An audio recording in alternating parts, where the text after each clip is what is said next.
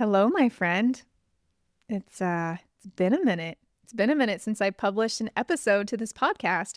And all of the business coaches, all of the marketing people, including myself, I tell my clients, you don't need to announce when you've taken time off and are coming back. Like the people who are closest to you, they'll check in on you because they're awesome. But the general public, like your wider audience, you don't know them anything. You don't need to make an announcement. Just pick up where you left off. And while I do agree with that, also, I feel like it's important to the core message of today's episode that it has been a minute since I published on the podcast. Even though I love publishing, even though I love the work that I'm doing with this podcast and my business, I just want to acknowledge the fact that sometimes life is overwhelming, right? We've had a rough couple of months over at my house, over in my neck of the woods. Like we've just had a lot going on personally in my business, lots of things, right? And it all can feel like too much. And I just want to normalize that first of all. I think in the online business space, we're putting our best foot forward because we need to as authority figures, right? But I believe in transparency and relatability. And I just want to say it's okay if sometimes life feels overwhelming and it feels like too much.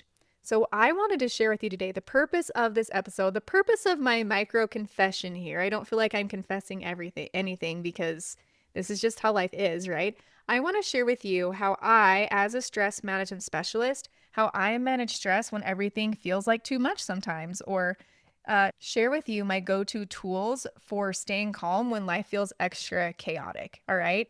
So quick note here, everyone's stress response is very different. So the things I'm going to share, it's not like a checklist. Do these things, 1, 2, 3, 4, 5, and you'll be stress-free. That's not how it works. This episode is meant as an invitation to get curious. Recognize what your stress response looks like in your body. Now, we all know the basics, right? If you were to be like, if you saw a bear coming towards you, your heart would beat fast and all those things we talk about, right? You start sweating and all those things that happen. That's not how our bodies react to chronic stress. So when it's little things being added on, like one little rock at a time being added to your backpack, and your load is just slowly getting heavier and heavier and heavier and heavier. You don't recognize how heavy it is until you're trying to like hike up the mountain and you're like, man, when did I gather all this stuff? When did all this feel so heavy, right? That's a different type of stress response. And so I personally done a lot of work to recognize what my stress response to chronic stress like that feels like in my body. So for example, this probably goes for a lot of us, right? I start to feel tension. I notice that I clench my jaw a lot when I'm experiencing this type of, it's like low stakes stress is how I think of it in my mind. Like I'm not in any physical danger, but it still is heavy, right? It's still stressful. So I clench my jaw hurts often. I get tension in my body, really like between my shoulders. I just have this like whole body tension that I'm rolling with.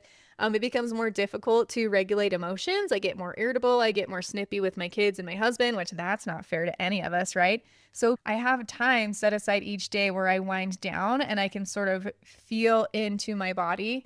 I do this practicing mindfulness, notice where there is tension that I can release, and then do some personal reflection to sort of uncover the source of that stress is a very important first step. So just being aware of what your body and brain do when you are experiencing stress so that you can put a stop to it before you burn out. We burn out when we keep carrying that bag of rocks up the mountain and we never rest and recover and take a break, right?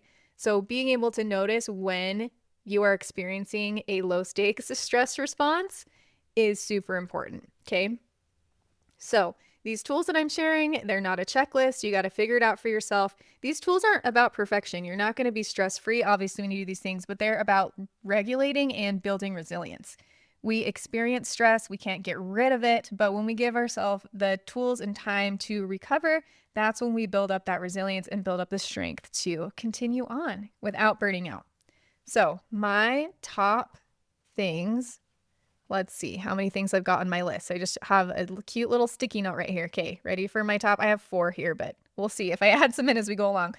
Number 1 is walk. Number 2 is eat. Number 3 is plan. Number 4 is play. Okay, I already talked about reconnecting to my body. I would add that as a fifth one, and it's important. Doing a mindfulness practice daily, find it as an anchor in your day, right? doing some sort of mindfulness practice where you feel into your body, you notice your breathing, you notice where there's tension in your body. That by itself can be a huge stress relief, and again, helps you to recognize when you need a little something extra in terms of stress recovery.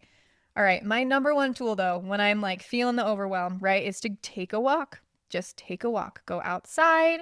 You're not trying to get in a certain number of steps. You're not trying to go a certain speed. You're just going to go out and you're going to walk outside, and you're not going to listen to any podcasts or make any phone calls or look at any emails. You're just going to walk, and you're going to feel the wind on your face, and you're going to listen to birds singing and feel the sun on your skin and listen to the gravel crunching under your feet. Okay, I want you to be fully present in that moment while you are walking and be aware of the things that are around you. Walking is great because we know movement is amazing for decreasing stress. The way that our eyes are moving while we're watching the world go by around us allows us to process thoughts and emotions differently than when we are sitting stationary. And the fresh air, like just all the good things. Trust me when I say, when you are starting to feel overwhelmed, go take a walk. The good thing is it's free. You can do it at any time. If you work a 9 to 5, go take your 15-minute break and take a walk outside, okay? Promise it works. Even if it's cold outside, bundle up and take a walk, okay? My second thing. Now, this sounds silly, but to eat is very important.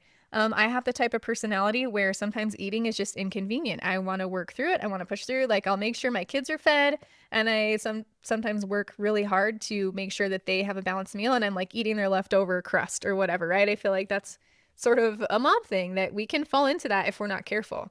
And so I have really learned, especially the last year or so, as I've been dealing with some gut health issues, that taking the time to make myself a nourishing meal that is something that I will actually enjoy eating is a form of self-care. Nourishing ourselves, like taking the time to, whether you're finding a recipe or throwing something together, but taking the time to create a meal that tastes good, like foods that I like, right? Not just because it's what we have left over in the fridge, not just because like I'm trying to do this diet plan and I'm supposed to eat kale every day or whatever it is, right? Something that's nourishing and that I enjoy eating is a form of self-care.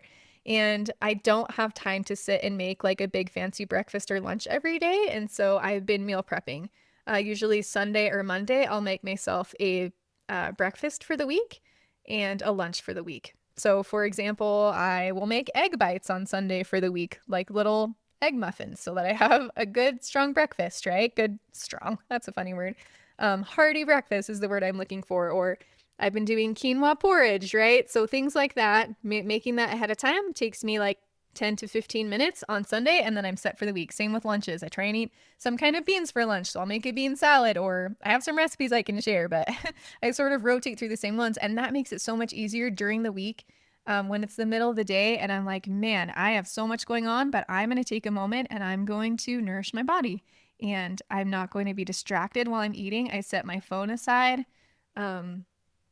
If I'm not sitting with my kids, sometimes they'll go and listen to a book or something while I'm eating, and I'll just be really present on eating my meal, and I'll eat slowly, and I'll pay attention to how the food feels in my mouth and how it tastes. And again, just coming into my body and being really present in the current moment while I am nourishing my body with foods that taste good and that I enjoy. That is a beautiful form of self-care.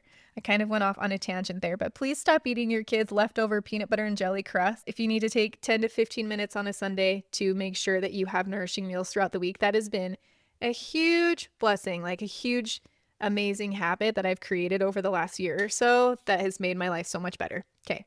The next thing on my list is to plan. And now I don't exactly mean plan. I mean brain dump. I just like the alliteration of plan and play, right?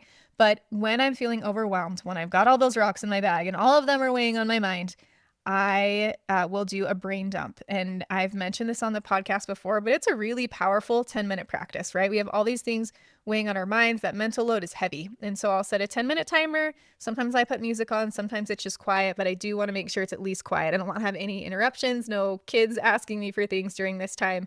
And I just put everything on paper, everything that is weighing on my mind, everything that I feel like I have to do or should do or want to do, whatever it is, it goes down on the paper, okay? I actually did this yesterday. So when I did it yesterday, I didn't feel the need to do anything extra with that list. It felt really good just to get it all down on paper. when I do this with my clients, sometimes it's really helpful to then look over your list, and chances are there's things on there that don't need to be on there. Things that actually are not a priority, that don't matter that much, you can cross right off. There are things you can delegate to someone else. So for example, if you hear my paper rustling, let's look at something I might have delegated. So I have like a long list of things that need to be done in the house, right? So for example, I have dust the shutters in the living room is on my list. And I could look at that and be like, all right, I'm going to delegate that. Go hand my daughter the cleaning cloth. She can take care of it. It's off the list, right? So what can you delete? What can you delegate? What things are actual priorities? Things like that. I also, if you have those mornings where you wake up and you're just feeling overwhelmed, like you wake up with a million things to do, I do a priority reset. So what actually matters today? What are my top 3 things that matter the most today? Sometimes that's tasks. Sometimes I have a kid that's really struggling and I'm like, that kid just needs extra love today. Like yesterday was rough. She went through a lot. So I'm going to prioritize making her feel loved and seen today. Does that mean that my to-do list doesn't get done? Not necessarily. I can still get things on my to-do list done, but it helps me run things through a filter, right? My top 3 filter. So if there are things like I would like to get that done today, but that's actually going to detract from one of my top 3. It's going to detract from making my daughter feel extra loved and seen today if I have to leave and go do this thing. So I'm going to do that another day, if that makes sense. Run it through your filter of what your actual, real, true priorities are. All right. So those are plan and play. I have made time quite often the past couple months. I love to play video games with my kids, which if you know me, that might be like surprising to you. I don't talk about it a ton, but I love to play video games with my kids. And so I usually set time aside during the afternoon where we take a break and we play video games, or I'll go outside and we'll play with the dog or whatever it is. Prioritize play. Prioritize doing things without structure. Prioritize using your imagination in some way, using creativity in some way. That like 30 minutes of play with my kids after every afternoon has been awesome. It's a de-stressor for me and it helps me to feel connected to them. So I would encourage you, it's okay to do things just for fun sometimes. That's another big lesson I'm learning. It's okay to do things just for fun. Not everything has to be productive. Not everything has to be monetized. Like you can be creative and play just for fun. I do want to share a couple tools that I use in the moment. So if you are feeling the weight of the rocks and you start to have a more intense stress reaction, this is where doing a quick calming practice can come into play. We can do 4-7-8 breathing, which is where you inhale for 4 seconds, hold for 7 seconds, exhale for 8 seconds, and doing that for a cycle of at least 4 times. You can hop on Calm or Insight Timer. Those are both apps, and do an audio meditation or something like that.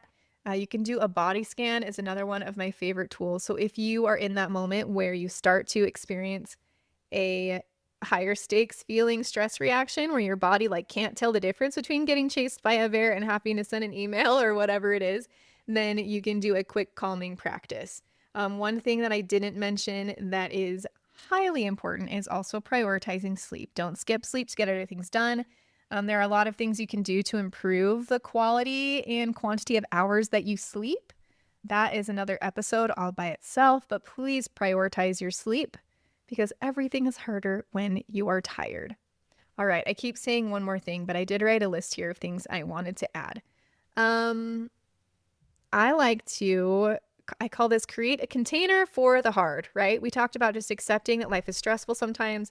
This is how life is. We don't have to dwell in it, but we also don't want to just like bottle up all of our feelings. Our emotions are giving us clues and we need to pay attention to what they're telling us, right? And so if you need to, please cry. I think I've talked about this on the show before. If not on the show, then on Instagram. I'm going to have a cry. Like I'm feeling anxious about this. I think, it's one of my most popular reels. I did it during the most recent US election, and I hopped on Instagram and was like, I'm not feeling great about any of this. I'm feeling really anxious about all of it. So I'm going to go home and I'm going to have a cry. And I did, and I felt so much better. So we need to move through our emotions and not bottle them up, and shove them down. So if you need to have a cry, please have a cry. It's very good for stress relief. I mean, it releases all these feel-good neurotransmitters like oxytocin and serotonin and all those things that make us feel better. So if you want to cry, please just cry. All right, so I'm going to wrap up here, I promise. This is awesome that I'm just kind of off the cuff and this is one of my longer episodes. Obviously, I have some things to say after that time away because I care about you and I know that I'm not the only one going through hard things. It's all of us, right? And we got to show up for each other. I want to normalize the fact that managing stress isn't the same as avoiding it, right? We can't avoid stress. It's a part of life. Stress is not inherently a negative thing, okay? So we're not trying to avoid it. We're trying to move through it. We need to give ourselves space and rest and time to recover from stress so that we don't burn out. So we're not trying to push through everything alone. We're reaching out to the people that care about us and that we care about because there are people that care about you and that want to make your load lighter or at least validate what you're going through. I don't want you to numb out. I don't want you to dissociate and scroll. Let's not do that anymore. Okay. If you're feeling high stress, it's probably actually better to set your phone aside and avoid social media. Work on a plan for reducing your time on social media. And don't commit to new things when you're in this overwhelm mode. It's okay to pause and say, I can't decide on that right now. It's okay to also just say no. If you know that right now you can't handle it and you don't want to do it ever, say no to things, okay? All right, quick recap. My main things for handling stress when life feels extra chaotic. Take a walk, eat and nourish your body. Meal prepping makes this easier, and your meal prep does not have to be complicated. It can take you 10 minutes to prep a breakfast or a lunch for the entire week. Plan in terms of doing a brain dump and setting your daily priorities, creating a filter for each day of what actually matters to you and what actually needs to get done, and playing. Make time to do things just for fun, make time to be creative without any need to monetize your creativity. I know that happens with a lot of us business owners who lean into our creativity. We feel like we have to sell whatever it is we're creating, and that is not the case, all right? Just a reminder that stress is not inherently a negative thing. It just happens. Life is stressful, and all we need to do is learn to embrace, reduce, and recover so we can learn to operate from a place of ease and calm, not from overwhelm. I hope you got some good takeaways from this episode. I would love it if you could leave me a review. That would be so fabulous. Be well and be kind, and I will talk to you again soon, my friend.